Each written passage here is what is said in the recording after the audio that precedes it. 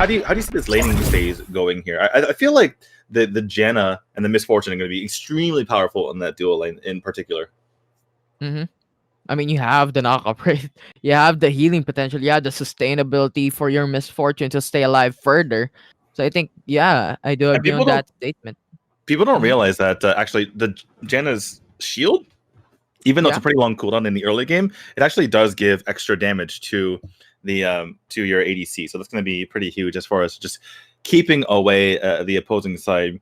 As far as our other matchups, we have the Aurelion Sol obviously going against Orianna, and then over in the side lane is going to be Gragas going Mhm. off against the Olaf, or excuse me, not the Olaf, the Camille. So pretty interesting matchups all around here. Yeah, when we're talking about an Aurelion Soul, I'm expecting a lot of roams to come through, and because of the mobility, he could just go from lane to lane in ease. So Aurelion Soul, something to be seen through for this Oh, game. okay, yeah. Orianna doing quite a bit of damage. Lulu helping Mhm. out in the beginning there, and then Aurelion Sol doing a bit of extra damage himself. So already have Rubik's on our Orianna in a bit of trouble, getting frozen out of the lane here by our Nexplay player with a Chuli. I'm trying to read their name. Yeah, I know how to be able to say their names properly. I guess I can just read the rights, the left and rights panels instead of just Mhm. staring at the middle of the screen. But yeah, we have Arisen, Chuli. The Japanese name is Jinshin no Tabekata, which is like the way of the way to eat life. Not really sure what he means by that. Understand? Yeah. I live in Japan, so anyway. Oh. Then we have Jushi, Uzi, and then on the Liyab side we have Miggy, 3SH, Rubik's, Nixu, and Gambit on a Misfortune. So those are our players. Let's see how this pans out. Yeah, and looking at the bottom lane right now, I think it's actually quite an even playing field for both of these teams right now, as Jinx and Misfortune is trying to get a hold of themselves. But I think Misfortune, when it comes to poking capabilities right now against the Jinx, is gonna be more dominant because of the first skill, the skill shot of the Misfortune. And I think Mm. that is what hurts Oh, when it comes to a Misfortune. And that was a oh. failed skirmish in the top lane. Let's see how it's gonna turn out.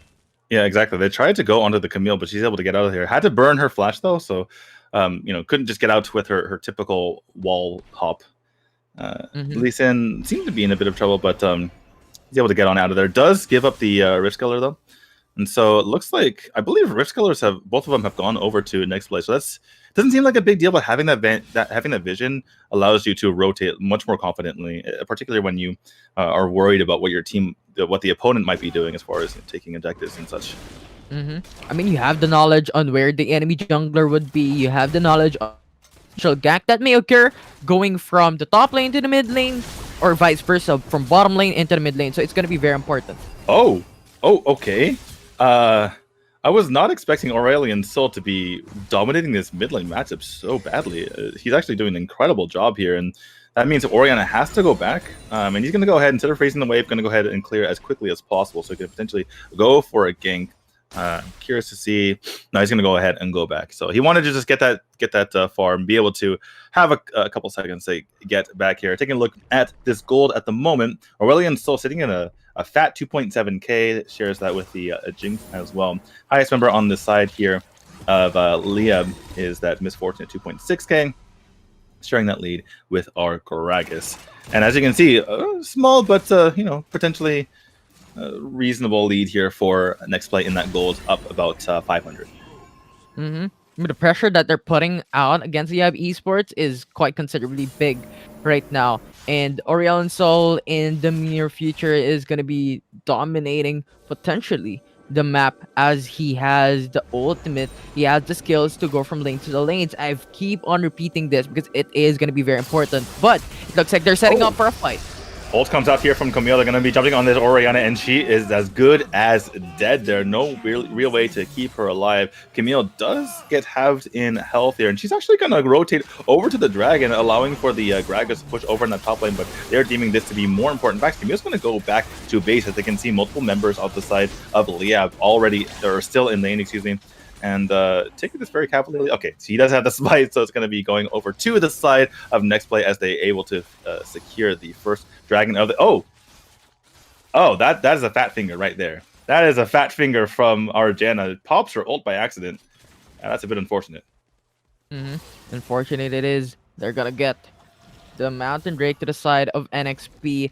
And yeah, it's just a matter of methodological play coming in from Nexplay Esports, right? They've taken the Orianna kill from the mid lane, and with Orianna out, there is no potential AoE coming in for the side of Liyab Esports. Now, considering that Gragas is also on the top lane, so it's a matter of having that 5v3 situation once more. We've seen it through from the first series, like Omega Esports against 16-bit gaming, and we're seeing once again here for NXP versus Liyab Esports.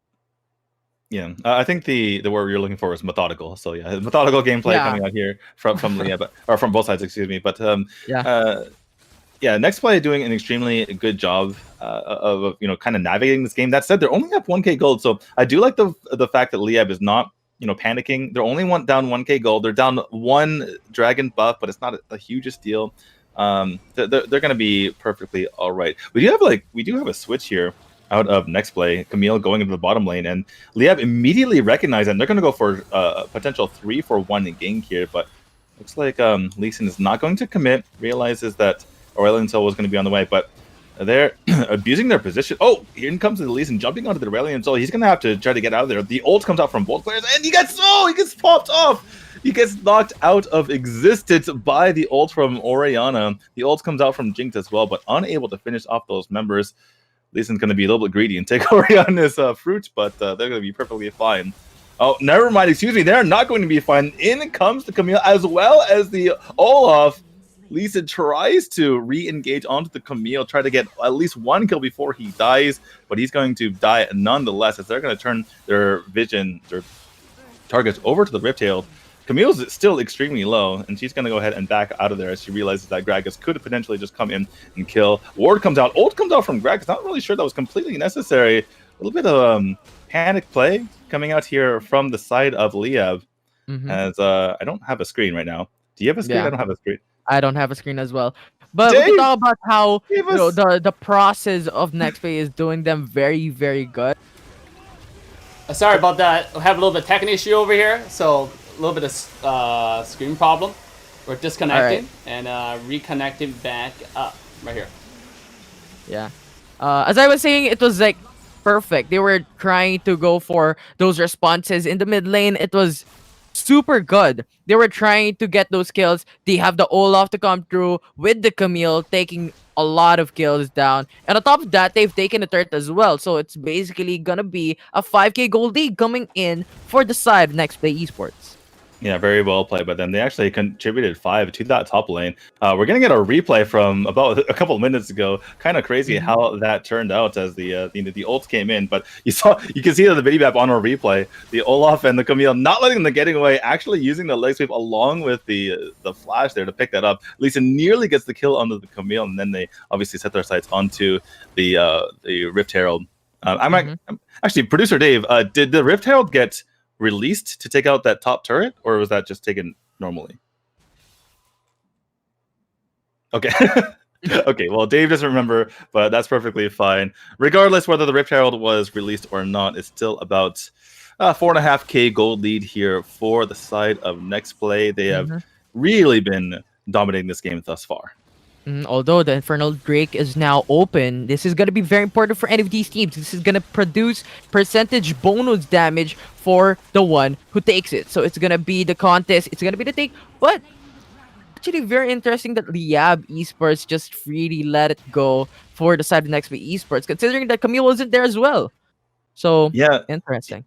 Yeah, it looks like Liyab are playing this very passively. Not sure if they could have contested that properly, but certainly something to keep in mind. But that all aside, it looks like Olaf is on the chase. Oh my goodness, that is 3 members dropping in a matter of seconds, and it looks like Orianna is going to drop as well. All right, it looks like giving up the dragon didn't matter in the end. That passive play actually hurt them because 4 members go down in quick succession. Olaf showing how powerful he can be. Oh, and there's Riptail. That answers our question. Riptail's going to go backwards into the turret. And yeah, it turns out not being susceptible to crowd control is really good, Infinity. That Olaf just shrugging off the Janna there. Yeah, when you have the Ragnarok, when you have the ultimate of Lulu for yourself, you're basically literally unstoppable when it comes to that one. And Oh it's just, goodness. you know what? Oh, He's dominating. He was like flashing all the way, going in for that double kill, going in for a lot of slows. And that is something to be scared about by Liyab Esports. That Lulu ult, I don't know, D2. It should be nerfed at this point. We're seeing it grow. We're I seeing it don't. happen. It's really I don't think it dominant. would have made a difference though, because Hmm. everyone, the coordination was just absolutely perfect there from Nexplay. You got the Olaf coming in with his ult, so he doesn't get affected, right? And then, but then you have the Aurelion Soul coming at the exact right time. They're using his third Hmm. ability to hop over the walls, and just everyone was there. There was no hope. There was no hope. There was Yeah. no place to run. They were stuck between not even a rock and a hard place, but also a boulder and a cliff on either side as well. There was nowhere to run for Liam. That was really well played by Nexplay here. And Nexplay trying to Hmm. put the finishing touches on this game. They're about 9K up in gold, and they're just putting on a masterclass here. Liam playing very passive though. What do you think about that? Just overall this game, I mean. For Camille? No. Liab has been playing this game Oh, extremely passive from the beginning. I just wonder what you think about that. yeah. I think they're respecting NXP because if someone dies for the side Libab, we don't know what could happen next, right? Because earlier into the matchup, for the mid lane, they got the Orianna. They went for the Dragon and they've taken it. And once more, when the Ref Herald came, they've taken a kill. They're going in for that objective. So once more, I think Liyab Esports was thinking, you know what? We should not be killed by NXP so that we could potentially try and contest something that could happen next. And I think Nexplay Esports is taking it the safe route on not taking an objective without taking a kill, without taking something for them to have that advantage when you're taking the objective. So I think Liyab Esports being respectful, just going in for that passive play. Yeah, I think, and the thing is, like next play, you can see they're only taking their chances when they see a clear opening, right? Like you saw Mhm. that gank over to the bottom lane and able to kill those 4 members, but only because they realized that that Liab was out of position. So really nice patient play for here from next play. They're not really forcing anything. They're only taking, they're taking calculated risks here. Every single time their opponent seems to be out of position, they go for it. When it seems like they can take an objective, they go for it. We're taking a look at our items here. It looks like multiple. We're up to looks like 3 items for most of our players here on Mhm. Next Play. Three completed non-boot items, I should say.